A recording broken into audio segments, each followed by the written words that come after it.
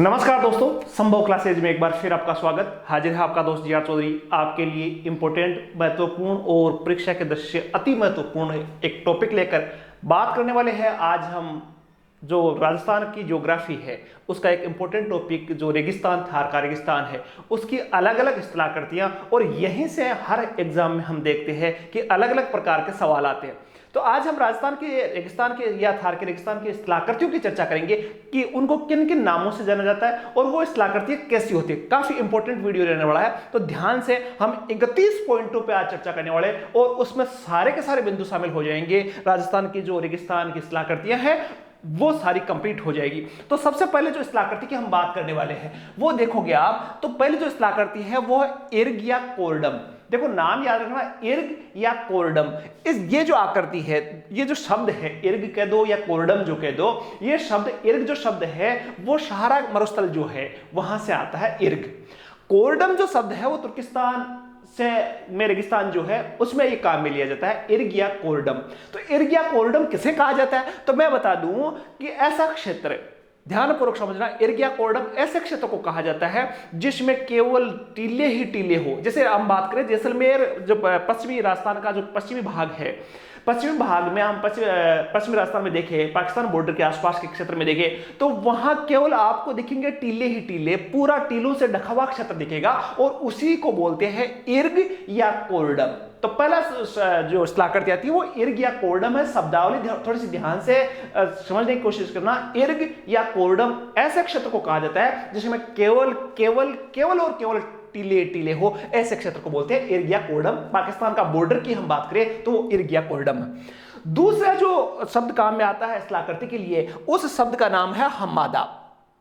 तो हमादा क्या है वास्तव में? हमादा, देखो हमादा जो शब्द है वो भी सहारा मरुस्थल में काम में लिया जाता है हमादा, लेकिन हमारा थार का मरुस्थल है। तो हमादा किसके लिए काम में आता है? तो हमादा सीधी सा है चट्टानी जो मरुस्थल है, चट्टानी मरुस्थल अर्थात मरुस्थल में जो चट्टाने हो, ऐसे मरुस्थल को, जहां चट्टाने चट्टाने मिलती हो, ऐसे मरुस्थल को बोलते हैं हमादा। इर्ग जिसमें टीले टीले हो, हमादा जो चट्टानी मरुस्थल हो, चट्टाने हो, तो ऐसे मरुस्थल को बोलते हैं हमादा। एग्जैक्ट आपको याद रखना, और यहीं से आप हर पेपर जहां राजस्थान जीके के सवाल या राजस्थान ज्योग्राफी के जहां सवाल आते हैं वहां आपको डेफिनेट से सवाल मिलेंगे हमादा किसे कहा जाता है। आपको ऑप्शन में 4 ऑप्शन मिलेंगे। नदी तल को कहा जाता है, पथरीले मरुस्थल को कहा जाता है, टीलों को कहा जाता है, वगैरह। किसी भी प्रकार के ऑप्शन दिए जा सकते हैं। तो हमारा का एग्जैक्ट उत्तर होगा चट्टानी मरुस्थल। तीसरी जो बात करें हम, तीसरा जो इस्तिलाकृति आती है वो है रेग या सिटिर। देखो ये कुछ शब्द जो हमने लिए हैं ये वास्तव में थार के मरुस्थल में काम में ज्यादा नहीं लेते हैं, लेकिन इस्तिलाकृतियों की फॉरेन में ये नाम जरूर काम में लेते हैं। तो रेग या सिटिर किसको बोलते हैं? देखो हमने बात की थी हमादा, हमादा होता है चट्टानी मरुस्थल, और जो रेग होता है, हमादा होता है चट्टानी मरुस्थल, और जो रेग या सिटिर बोलते हैं वो होता है पथरीला मरुस्थल, जहां पत्थर ही पत्थर हो। तो ऐसे मरुस्थल जहां पथरीला मरुस्थल हो उसको बोलते हैं रेग या सिटिर। सिटिर कहां कहा जाता है? लीबिया और मिस्र में जो रेगिस्तान है, जहां चट्टानी मरुस्थल होता है, पथरीला मरुस्थल होता है, वहां लीबिया और मिस्र में बोलते हैं सिटिर। और रेग बोलते हैं सहारा मरुस्थल में जो पथरीला मरुस्थल होता है, पत्थर ही पत्थर बिखरे पड़े हो, पत्थर ही पत्थर दिखते हो जा, तो ऐसे रेगिस्तान को बोलते हैं रेग या सिटिर। अभी याद कर लेना, वीडियो आपका कंप्लीट हो तब तक आपके शब्द आपके हैं वो कंप्लीट आपके दिमाग में सेट हो जाने चाहिए। अगले बात करें तो सबसे जो महत्वपूर्ण बातें आती है राजस्थान के संदर्भ में, राजस्थान के थार के मरुस्थल के संदर्भ में बातें जो आती है वो है, चौथा जो शब्द आता है वो है धरियन। काफी बार सवाल आया हुआ है, बहुत महत्वपूर्ण है, पीछे के एग्जामों में सवाल से पूछा गया धरियन क्या है। एक बार हमने एग्जाम दिया था उसमें पूछा गया था धरियन क्या है, और धरियन का अर्थ लिखा था, ऑप्शन में एक था डाकू, एक है अनाज रखने का भंडार, एक है टीले, और एक है घास का प्रकार। तो धरियन जो है वो जैसलमेर जो क्षेत्र है, जैसलमेर जो जिला है, वहां रेगिस्तान में जो टीले होते हैं उनको बोलते हैं धरियन। देखो धरियन को धोरे भी बोलते हैं, धोरे, टीलों को धोरे बोलते हैं ना, तो धोरों से ये शब्द बन गया जैसलमेर में धरियन। धोरे कह दो या जैसलमेर में धरियन कह दो। कहां है ये? जैसलमेर की बात मैं कर रहा हूं। तो जैसलमेर में दोहरों को जो है वो क्या कहा जाता है? धरियन। दोहरों से बना हुआ है धरियन। एग्जैक्ट याद कर लेना, आपके दिमाग में हो जाना चाहिए धरियन। अगला जो शब्द आता है कारवां या गासी। देखो कारवां शब्द आपका डेफिनेट से सुना हुआ होगा। कारवां का मतलब होता है जब बहुत एक पंक्ति से बहुत सारे पुराने जमाने में माल ले जाया जाता था तो वो बोलते थे कारवां, लंबा जुलूस का जुलूस होता था। तो कारवां या गासी, तो कारवां या गासी क्या है? तो देखो मैं बता दूं कि जैसे बालू के स्तूप है, रेगिस्तान में आप जाओगे तो जैसे ये बालू का स्तूप आ गया, ये बालू का टीला आ गया, ये बालू का टीला आ गया, ये बालू का टीला, ऐसे टीले हैं रेगिस्तान में। और इन टीलों के मध्य से जो मार्ग होता है, बट टीले के ऊपर से तो कोई निकलेगी नहीं गाड़ी, तो यहां से निकलनी है तो यहां से निकलेगी, तो यहां से जो खड्डा होता है या टीलों के बीच में जो जगह होती है आने जाने के लिए, तो उसको बोलते हैं कारवां या गासी। कारवां का मतलब है परिवहन, और गासी शब्द भी काम में आता है। गासी का मतलब जासी, आप यूं याद रखो, जासी, जासी का मतलब जाना। तो गासी या जासी वो क्षेत्र होता है टीलू के मध्य का क्षेत्र, जहां से क्या होता है, मध्य से मार्ग होता है, उसको बोलते हैं गासी या कारवां। अगला जो शब्द काम में आता है, अगली जो इस्तेलाह करती है वो है बरखान या बरछान। बरखान या बरखान बहुत इंपॉर्टेंट है, बहुत बार सवाल यहां से पूछा गया है। बरखान किसे कहते हैं या बरछान किसे कहते हैं? देखो रेगिस्तान में जो टीलू की आकृतियां हैं वो अलग अलग प्रकार की आकृतियां होती है। एक पवन की दिशा के बिल्कुल समानांतर होती है, एक पवन की दिशा के बिल्कुल समकोण पे होती है, तो अलग अलग आकृतियां टीलों की होती है। लेकिन उन टीलों की आकृतियों में सबसे जो मोस्ट जो आकृति होती है टीले की वो है बरखान या बरछान। बरखान या बरछान कैसे होती है कि देखो ये अर्धचंद्राकार टीला होता है। अर्धचंद्राकार टीला मतलब ऐसे टीला होता है, इस प्रकार का जो टीला होता है। यहां क्या होता है, ध्यान से समझना, इधर से पवनें चलती है, इधर से पवनें चलती है, तो पवनें यूं करके घूम जाती है यहां, और इधर वाली यूं करके घूम जाती है। और यहीं से आपने राजस्थान में सुना होगा भभूलिया, भभूलिया शब्द, भभूलिया शब्द सुना होगा, भभूलिया, गोल गोल पवनें चलती है, उसको बोलते हैं रेगिस्तान में भभूलिया। तो यहां क्या होता है, भभूलिया की उत्पत्ति होती है। यहां से पवन चली इस तरफ से, यहां आकर इधर घूमी, तो यहां से जो टीला था वो कट के क्या हो गया, अर्धचंद्राकार आकृति ले ली।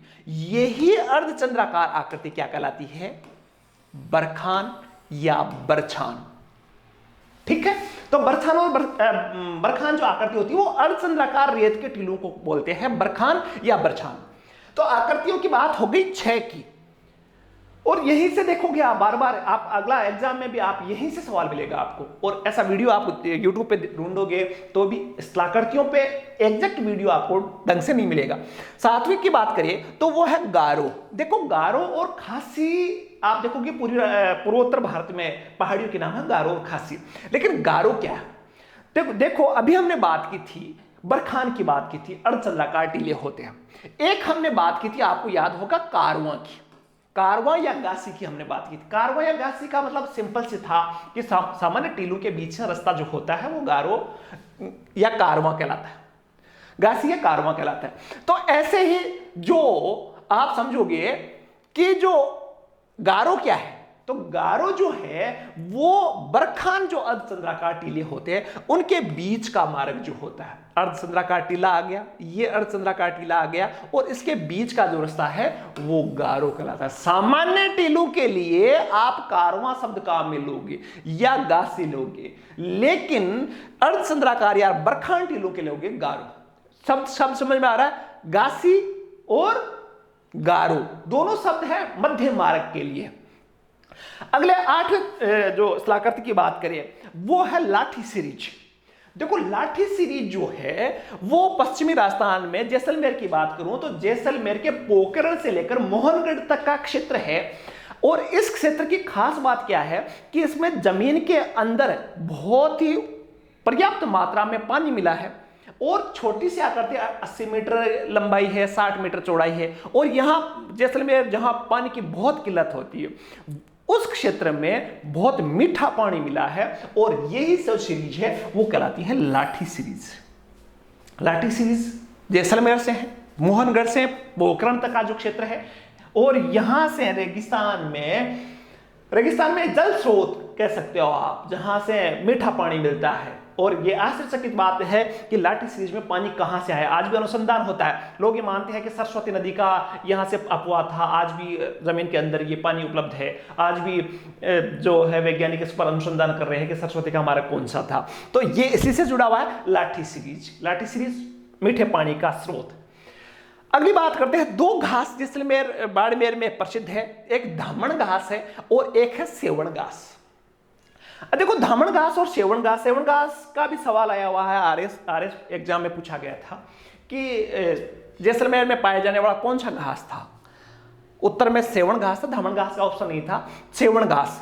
तो सेवण घास देखो बड़ी, आप जैसलमेर में देखोगे तो बड़ी हरी भरी और बहुत ऊंची ऊंची घास होती है, और वहां जो जानवर होते हैं उनके लिए बड़े स्वादिष्ट होती है, और कोई घास मिलती नहीं है रेगिस्तान में। तो सेवण घास और धामण घास दोनों पर्याप्त मात्रा में होती है जैसलमेर बाड़मेर क्षेत्र में। सेवण की मैं बात करूं तो सेवण घास को जब काट लिया जाता है तो उसको बोलते हैं लिलोण। क्या बोलते हैं? लिलोण।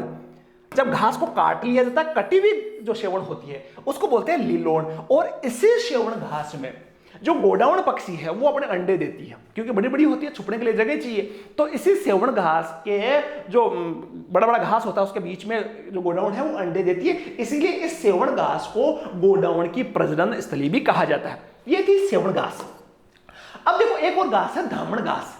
इसका वैज्ञानिक नाम आप थोड़ा सा याद रख लेना, इसका नाम है ट्राइडेक्स प्रोकेम्बेंस। ट्राइडेक्स प्रोकेम्बेंस, आपको इसका शब्द नाम याद रखना है। ये जो धामण घास है, आपने यदि ग्रामीण परिवेश से हो आप, तो जो धामण घास होती है ये आदिवासी क्या करते हैं, आदिवासी या ग्रामीण क्षेत्रों में आप देखते हो तो कभी चोट लगती है, तो चोट लगती है तो इस घास को निचोड़ के उस घाव पे डालते, खून बंद हो जाता है, रुक जाता है और घाव बड़ी जल्दी से ठीक होता है। तो इसीलिए ये धामण घास प्रसिद्ध है। अब देखो इसका नाम से भी आप देखो, ट्राइडेक्स, जैसे आयोडेक्स होती है ना, आयोडेक्स दवाई होती है, वैसे ही इसका नाम याद रखना है ट्राइडेक्स। ट्राइडेक्स आपको याद रखना है आयोडेक्स से।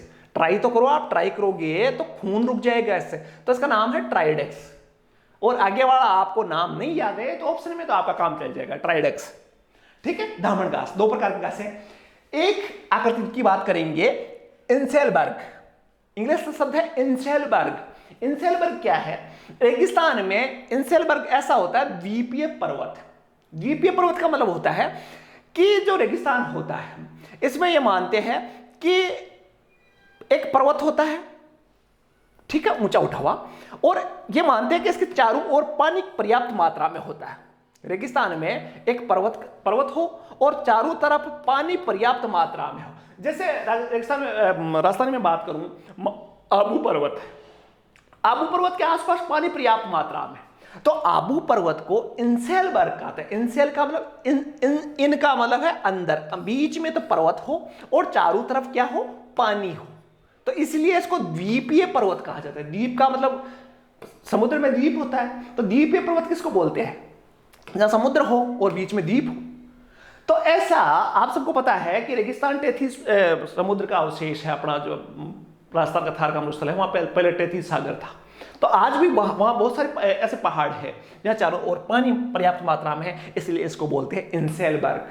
एक आइसबर्ग भी होती है, तो समुद्र में जो आप देखोगे अंटार्कटिका के आसपास में, तो समुद्र में ऐसा पर्वत होता है जो बर्फ का बना हुआ होता है, जिसको बोलते हैं आइसबर्ग।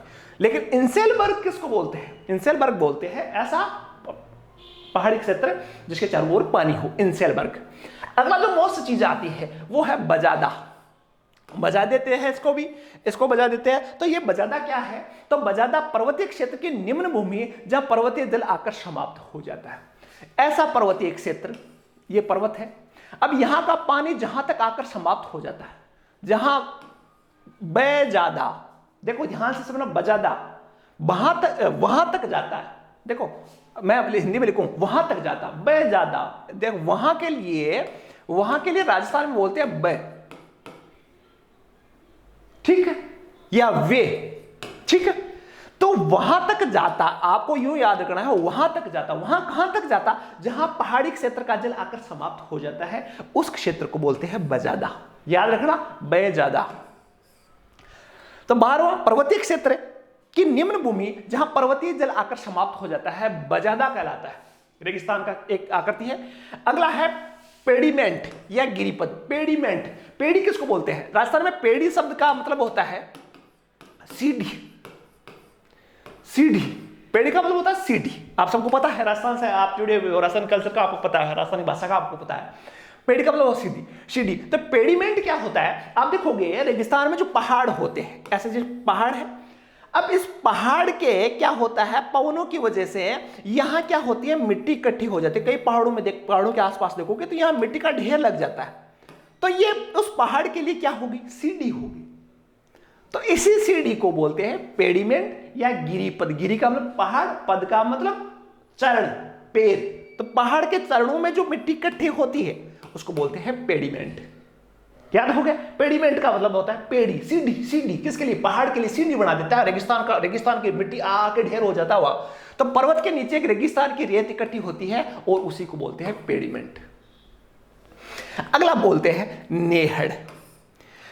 नेहड़ शब्द जो है वो है जालोर और बाड़मेर में पर्टिकुलर काम में लिया जाता है। कहां लिया जाता है, जालोर और बाड़मेर में। जालोर और बाड़मेर में कहां का किसके लिए काम में लिया जाता है, नेहड़ होता है। नेहड़ का वास्तविक अर्थ होता है समुद्र।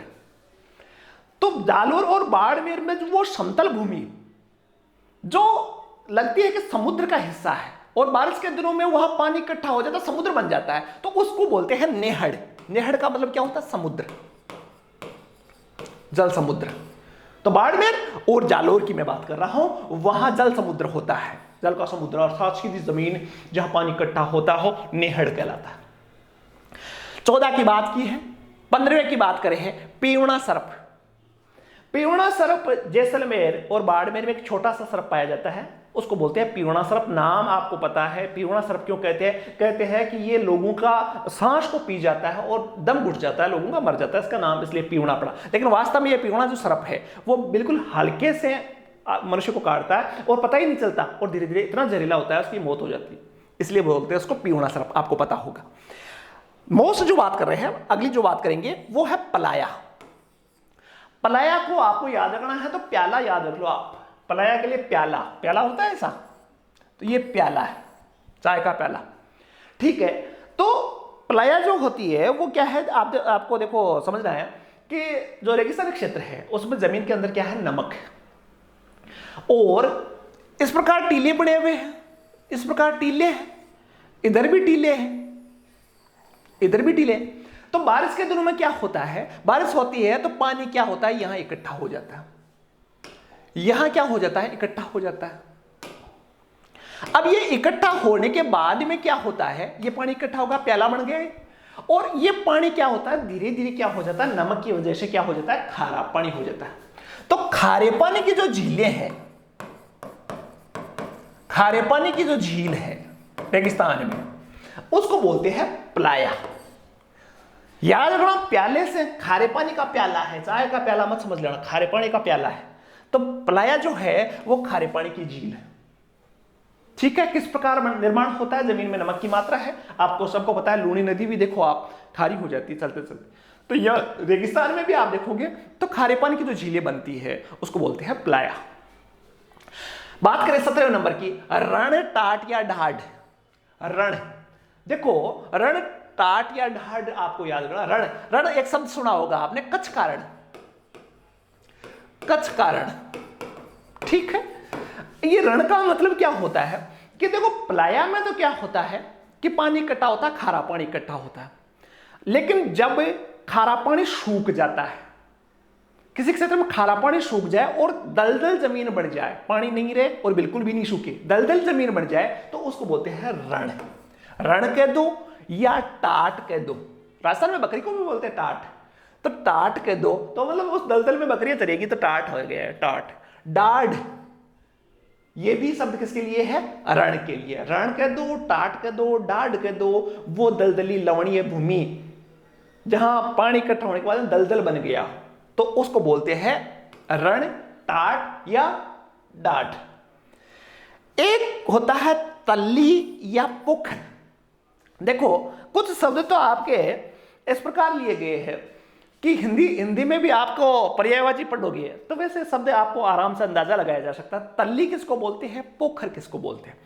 ये सेम आपकी जो प्लाया हमने कहां मिली थी, अभी आपने पढ़ा था प्लाया, तो प्लाया की तरह ही होती है, बस अंतर क्या है, प्लाया जो होती है वो क्या होता है, नमकीन पानी होता है या खारा पानी होता है, और जो पोखर होता है या तल्ली जो होती है वो मीठा पानी होता है। रेगिस्तान में मीठे पानी का जो तालाब होता है उसको बोलते हैं तली या पोखर। इसमें क्या होता है? मीठा पानी।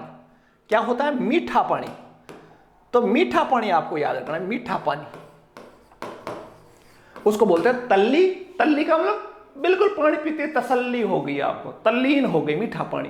पोखर तालाब के लिए काम में आता है, पोखर सरोवर पर्यायवाची शब्द है। तो तल्ली या पोखर किसके लिए आता है? रेगिस्तान में मीठे पानी की जो झीलें होती है, मीठे पानी के जो तालाब होते हैं उनको तल्ली या पोखर कहा जाता है। अगला बात करते हैं खड़ीन कृषि। देखो खड़ीन कृषि काफी इंपॉर्टेंट है। खड़ीन कृषि, खड़ीन कृषि का मतलब होता है, जैसे आपने देखा कि जब पलाया का पानी सूखता है तो रण बन जाता है, ठीक है। लेकिन यदि पोखर जैसे मीठा पानी कहीं सूखता हो, बारिश का पानी कहीं सूखता हो, अब सूखने के बाद में वो जमीन जो होती है वो बड़ी उपजाऊ होती है और वहां खेती करते हैं। तो वहां जो मिट्टी में पानी सोखने की वजह से उपजाऊ है, पानी की मात्रा उसमें है, अंदर पानी की मात्रा है, उसमें जो खेती की जाती है उसको बोलते हैं खड़ीन कृषि। पूछा हुआ सवाल है, इंपॉर्टेंट। अगली बात करें बालसन। बालसन, बालसन क्या होता है?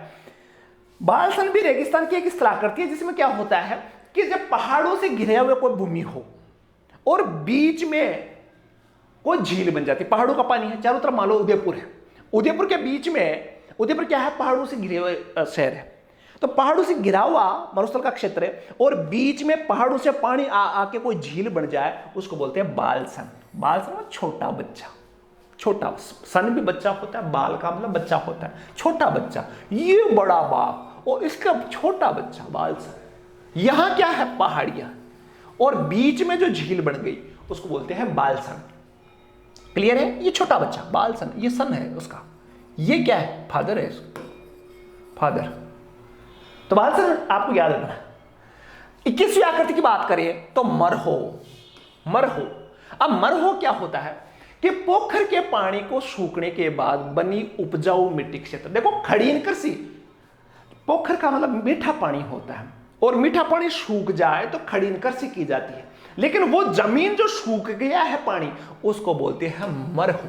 ध्यानपूर्वक रखना, पोखर मीठे पानी, पोखर सूख गया, उसमें जो खेती की गई खड़ीन कृषि, और वो जो जमीन जहां खेती की जाती है उसको बोलते हैं मरहो। जिस रेगिस्तान में वो जमीन नहीं मिले आपको तो फिर मरहो ही मरहो है, मरना ही पड़ेगा आपको।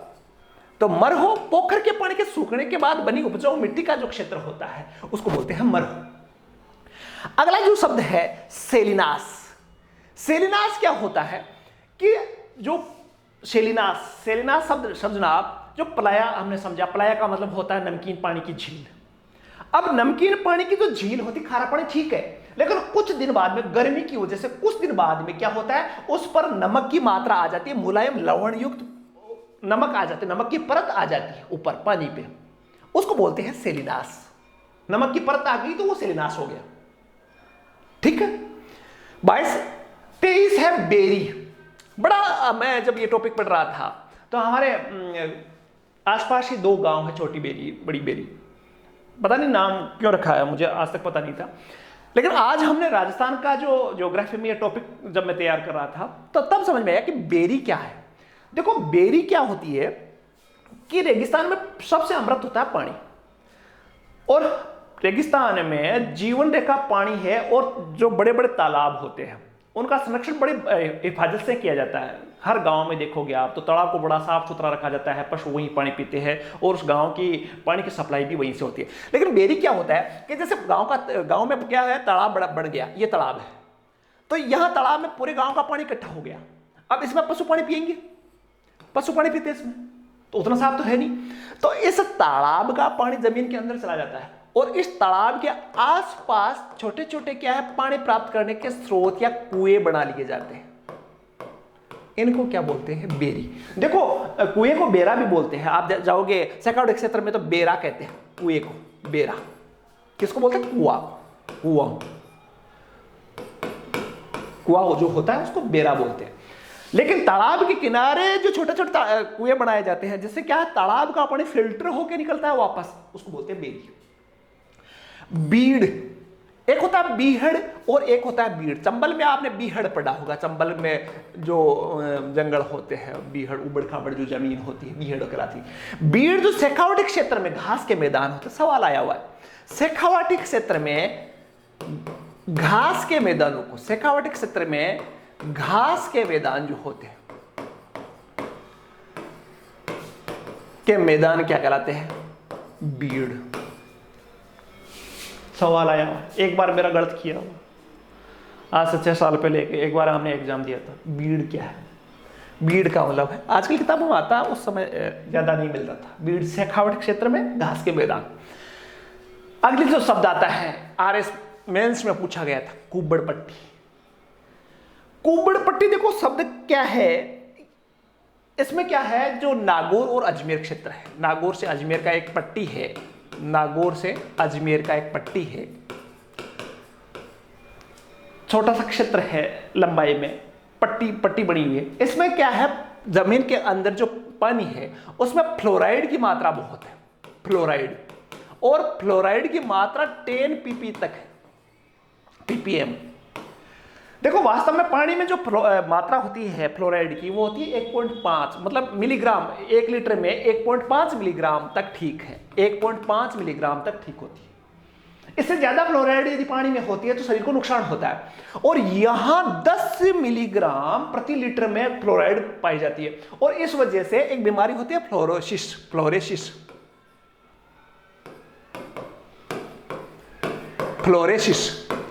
जिसमें क्या होता है, मनुष्य की हड्डियां कमजोर होती है और मनुष्य के कुब्बड़ आने लगती है, इस प्रकार झुक जाता है, पीछे कुब्बड़ आ जाती है। इसलिए इस क्षेत्र को बोलते हैं कुब्बड़ पट्टी। फ्लोराइड की मात्रा से फ्लोरेसिस होती है, दांत गिर जाते हैं और पीछे कुब्बड़ आ जाती है, इसलिए इस क्षेत्र को बोलते हैं कुब्बड़ पट्टी। RS में सवाल आया, मेंस में सवाल पूछा गया, कुब्बड़ पट्टी। कुब्बड़ पट्टी से आप क्या समझते हो?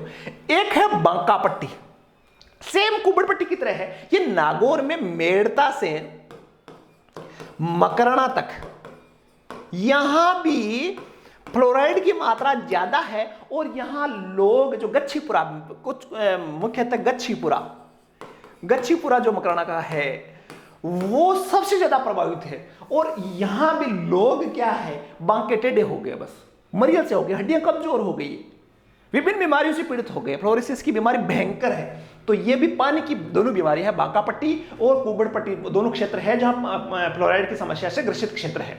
ये नागौर का है, ये नागौर अजमेर की कुब्बड़ पट्टी है। और लास्ट में 31वीं बात करेंगे जिसका नाम है सब्र काफीज। आपका सब्र काफी रखा आपने, इसलिए लास्ट में रखा सब्र काफीज। सब्र काफीज का मतलब होता है कि झाड़ियों के, देखो रेगिस्तान में क्या होती है, झाड़ियां उगती है, छोटी छोटी झाड़ियां।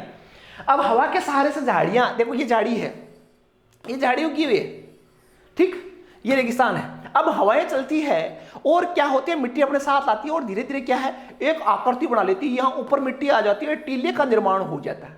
इसको बोलते हैं सब्र काफी, बहुत सब्र रखती है ये झाड़ी, बहुत सब्र रखती है, और उसके ऊपर टीले का निर्माण हो जाता है, अर्धचंद्राकार टीला बन जाता है, आधा चांद सा टीला बन जाता है।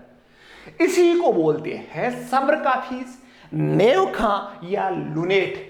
इन तीनों शब्दों के लिए एक ही है कि झाड़ी के ऊपर बना, झाड़ी के सारे जो एक ये झाड़ी आ गई, झाड़ी के सारे टीला बन गया, जो अर्धचंद्राकार टीला बन गया, ये या यूं समझ लो आप, ये झाड़ी है।